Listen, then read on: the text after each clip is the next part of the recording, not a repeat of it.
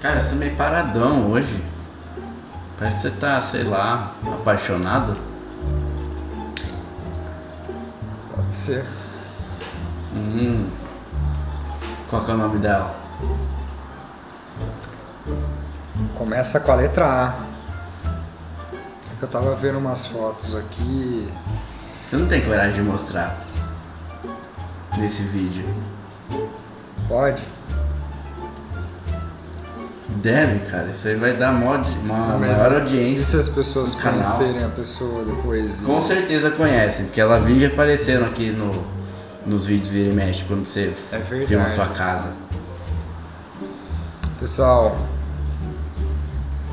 eu tô apaixonado por essa moça aqui.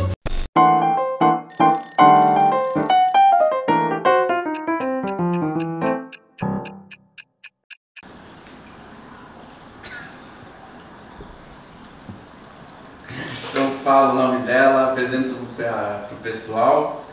É o seguinte, eu fui me hospedar numa cabana na semana do meu aniversário. Para quem ainda não sabe, corre lá no Instagram @arc.teto.paulo, que tem, eu acredito que tem até uma pastinha do IGTV cabana, deve ter. Que é a cabana A-Frame. O que é o A-Frame, pessoal? É isso aqui, ó, né? Escreve assim, ó, A-Frame, tá? A-Frame, formato de A, tá? Então, eu tava vendo aqui, ó, dá pra focar aqui, ó? Sim. Tá?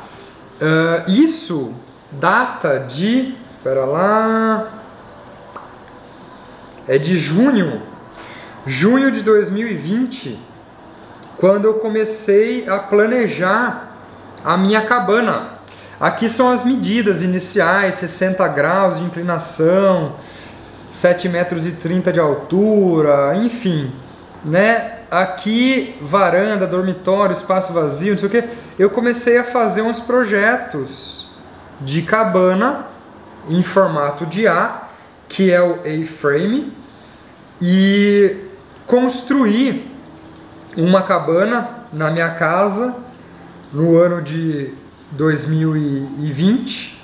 Então olha aqui mais algumas informações, um desenho inicial que eu estava calculando as medidas, né? 24 metros quadrados cada superfície, 4 metros de altura, 6 metros de comprimento, quantos metros lineares eu iria utilizar de membrana, enfim. Eu tenho estudado esse assunto de cabana há uns 3 anos, e o ano passado eu construí uma pequena cabana na minha casa, e a semana passada agora eu me hospedei em uma cabana bastante famosa, inclusive.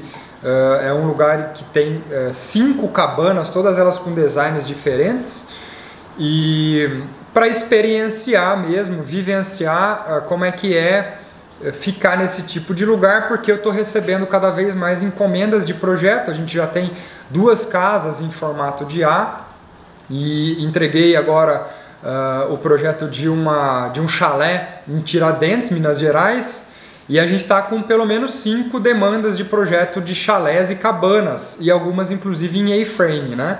E aí eu estou estudando e vivenciando essas coisas para poder melhorar os projetos, porque não vou falar mal, né? Mas assim, o lugar que eu fiquei, que é um lugar super famoso, muito bom por sinal, tem vários itens da construção, tanto em termos construtivos quanto em termos de projeto, que eu pretendo melhorar. E é sempre assim, né? Você não precisa inventar a roda, você pega algo que você já viu e melhora, né?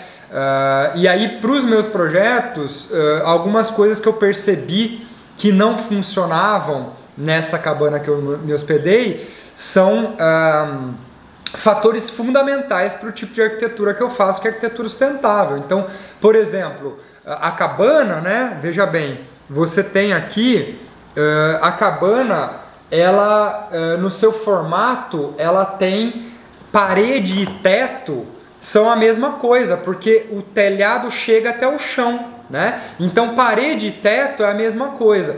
Por isso que fica inclusive econômico construir dessa forma, porque você não faz a parede e cobre, a parede já é o telhado, ou o telhado já é a parede. Então lá, por exemplo, eram telhas metálicas comuns, então eu certamente estou projetando já com telha termoacústica, porque vai ter um desempenho muito melhor, né? Lá tem uma vista muito bonita para o pôr do sol, então para quem não sabe, o sol se põe na face oeste e é uma face quente, então tem uma área envidraçada gigante, que é ótimo por causa da vista, mas obviamente entra muito sol por lá, então a gente está no inverno agora, em agosto, né? Você imagina no verão o quão complicado deve ser, e eu conversei com o caseiro lá, ele falou, pô Paulo, realmente, né, o proprietário está estudando colocar ar-condicionado em todas as cabanas, porque fica muito quente no verão. Claro, né, você tem uma grande área de vidro voltada para a face oeste, fica inabitável no verão, e aí eles vão corrigir isso com o ar-condicionado. Então assim, de novo pessoal, não é uma crítica, é só uma análise. Olha que interessante, a pessoa constrói, projeta uma cabana que vai usufruir da vista para a face oeste, que é o pôr do sol, que se põe atrás das montanhas, maravilhoso. Depois na edição eu vou deixar algumas fotos aqui para você ver, as fotos incríveis que deu para fazer lá, lembrando que a gente está no inverno, então o solzinho da tarde tá legal. E aí o que acontece? Quando a pessoa faz isso, você vai corrigir com o ar-condicionado, porque a arquitetura não cumpriu o seu papel de proteger a edificação contra o excesso de insolação. E aí, nos meus projetos, qual é a estratégia que eu uso para continuar tendo vista para o pôr do sol sem o sol incidir direto? Eu faço grandes varandas, eu faço pergolados, então eu faço uma varanda mais profunda. Mesmo tendo um grande vidro, tem estratégias de desenho para você proteger a sua construção do sol. Então esse refinamento de projeto é algo que para mim é fundamental, porque eu não posso aceitar que o meu projeto, no caso do tipo de arquitetura que eu me presto a fazer, ele vai ser, entre aspas, corrigido com ar-condicionado, né? Eu tenho que resolver isso através da arquitetura, e tem jeito, como eu disse, inclusive estou dando aqui a solução. Então esse tipo de experiência para mim é muito importante, né? Da gente experienciar as coisas, vivenciar, ver como é que é na prática, utilizar aquele local, conversar com as pessoas que estão lá todo dia para entender a dinâmica, para fazer projetos melhores. Então eu tenho estudado cabanas há algum tempo, construí uma pequenininha, estou entendendo melhor para atender essa demanda crescente, que é um fluxo muito forte que está vindo, principalmente de empreendedores que estão construindo esse tipo de construção que é barata, aconchegante, instagramável, e aí você coloca isso em paisagens muito bonitas e você tem um retorno financeiro muito alto, né? Porque paga-se caro para se hospedar nesse tipo de lugar, e as pessoas elas desejam esse tipo de experiência, e cabe ao arquiteto, além de fazer o projeto, fazer com que o projeto funcione. Aí para finalizar você fala aquela frase bonitinha de que o homem tem que viajar. Não, então eu não vou falar a frase bonitinha, eu vou falar a passagem inteira. Então vai. Tem 2 minutos? Vai, tem então mais. Vamos lá. Bem lembrado, Iago, obrigado. É assim, tem uma passagem do livro do Amir Klink que eu gosto muito, que é... Ah, o livro tá lá, tá longe. Enfim, corta.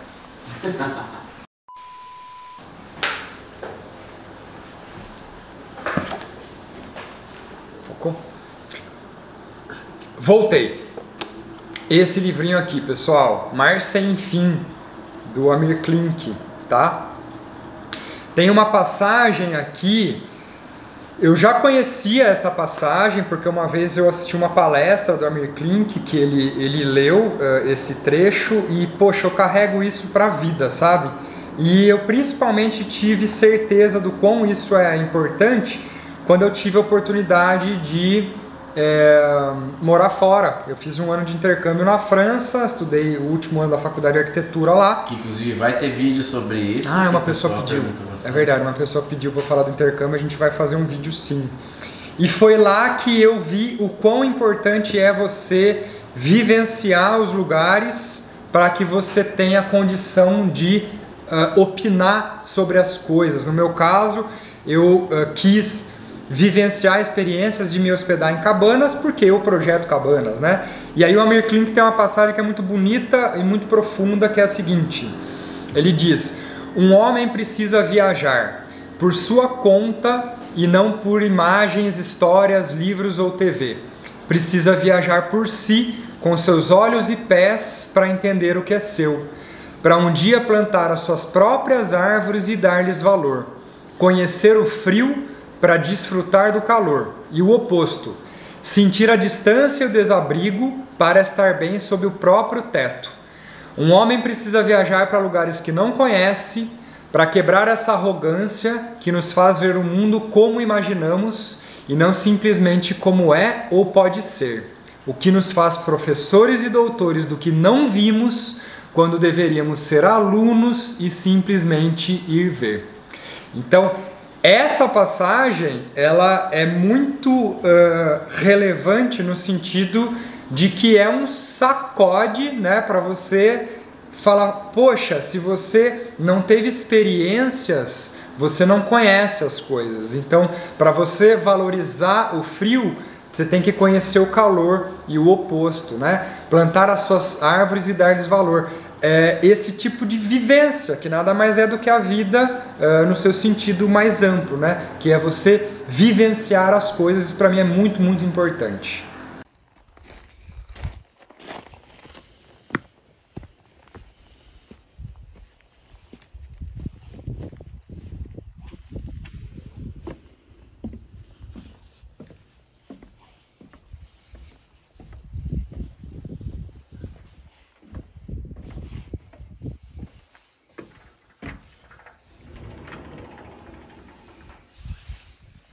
Bom, então aqui é a cabana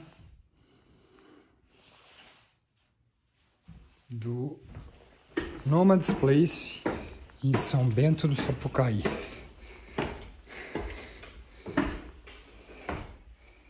Olha lá.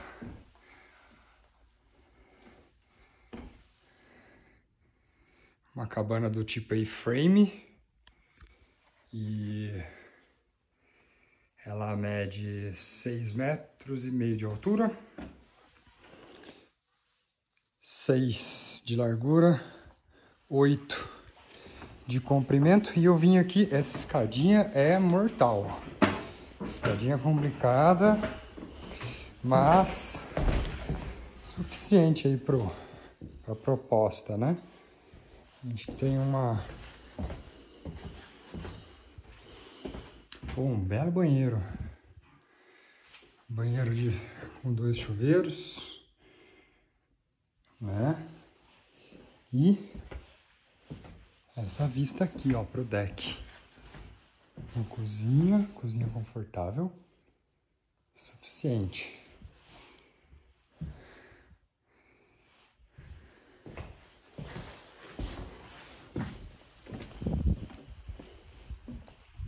E aí, a hora que a gente sai, a gente tem uma opção de banho.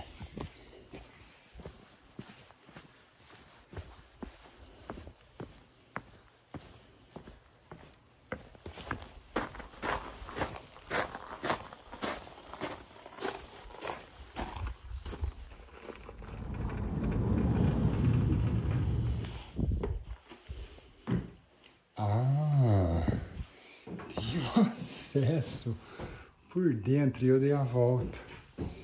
E aí a gente pode ir na banheira, tomar um banho curtindo um pôr do sol. Beleza? Vamos ver como é que é. A ideia é sempre testar a gente tem uma escada caracol, né? Muita gente tem muito preconceito com a escada caracol. Mas cara, é tranquilo, né? E a ideia de estar aqui, tô me hospedando aqui para experienciar, vivenciar como é que é ficar aqui, para que quando eu fizer mais projetos desse tipo de construção, saber falar com a experiência de quem usou, né? Eu sou adepto, gosto muito e já fiz alguns projetos assim, fiz uma cabana bem menor na minha casa. Agora a gente vai ver como é que realmente é a experiência de ficar aqui, beleza? Depois eu conto. Então, pessoal, esse aqui foi mais um Café com Trigo, espero que vocês tenham gostado. Se tiver comentários aí, deixa aqui embaixo sugestões de novos temas que a gente vai gravar para vocês. Hoje eu tô só na aguinha, te vejo numa próxima.